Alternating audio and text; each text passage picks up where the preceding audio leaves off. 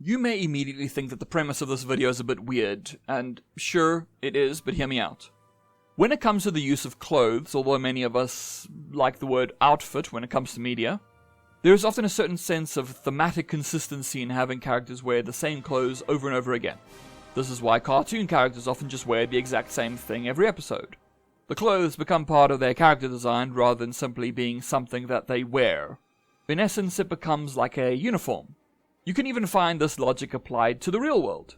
There is a specific aesthetic that is used by the type of person who wants to cultivate a particular brand.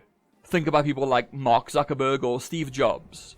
We associate them with a specific outfit, and seeing them out of that outfit is strange and different. This uniform that they have developed for themselves has become part of their identity. For me, this also happens whenever I see John Oliver outside of Last Week Tonight, because he'll often be out of his suit, and I once even saw him with a moustache. The uniform that these figures have developed for themselves adds a kind of cartoonish sentiment to reality in that these people always look the same. Games have long done this. Characters do not typically change their clothes as would be natural, and instead have a specific outfit that forms part of their character design. The first game I remember noticing that went against this was Grand Theft Auto 5. In it, the characters change their clothes over the course of the game without your input. They do not have character design in the way that a more cartoonish game has character design. And the clothes are simply there to show how people would realistically wear clothes. This reduction of character design could be seen as a diminishment of creativity in favor of a realistic portrayal, but it does not need to be. Now, I have been yammering on for a while about everything other than Star Wars.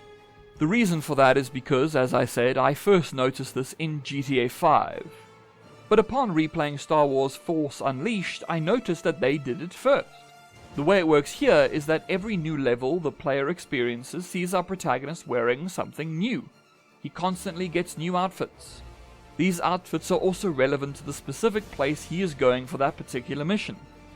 Basically, if he is supposed to look a specific way for a specific role, he will look that way. In this case, the realism of a change of clothes is maintained, as you'll find in something like GTA 5.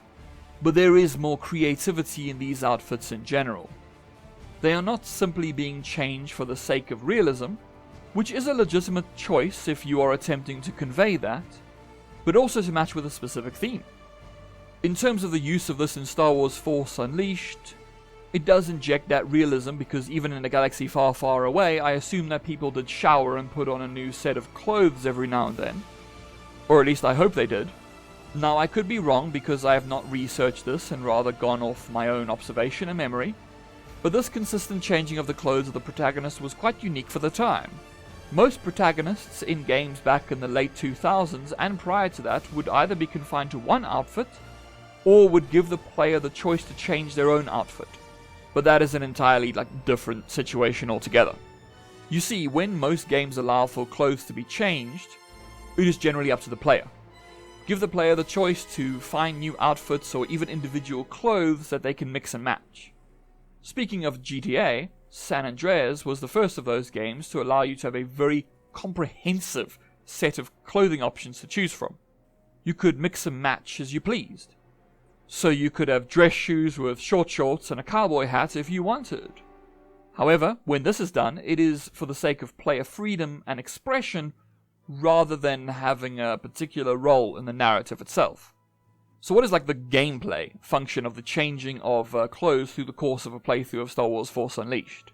Well, you can actually choose to go back and wear different outfits and even unlock additional skins that let you play as Luke Skywalker or something like that. So there is a gameplay and player choice component to this. But that still does not detract from the narrative functionality of the use of a change of clothes in a game like this. Sure, there is the realism of it, because humans do usually change their clothes, but the changing of clothes also functions as a means of portraying the passage of time. We can see that events are moving forward because the character has taken to wearing some other piece of clothing. Each time they get a new outfit, they have developed a little more as a character. The outfits in Star Wars Force Unleashed are thematically relevant to the locations in which they are put on you, but they serve a strong role throughout. For instance, as a quick elaboration on this, when you first start out the game, you're wearing an apprentice outfit made for mobility, because you are Darth Vader's personal assassin. However, as you progress, you wind up in Jedi robes to show your transition of a character from one side of the conflict to the other. The reason to, or not to, change a character's clothes in a narrative shows a sense of narrative commitment.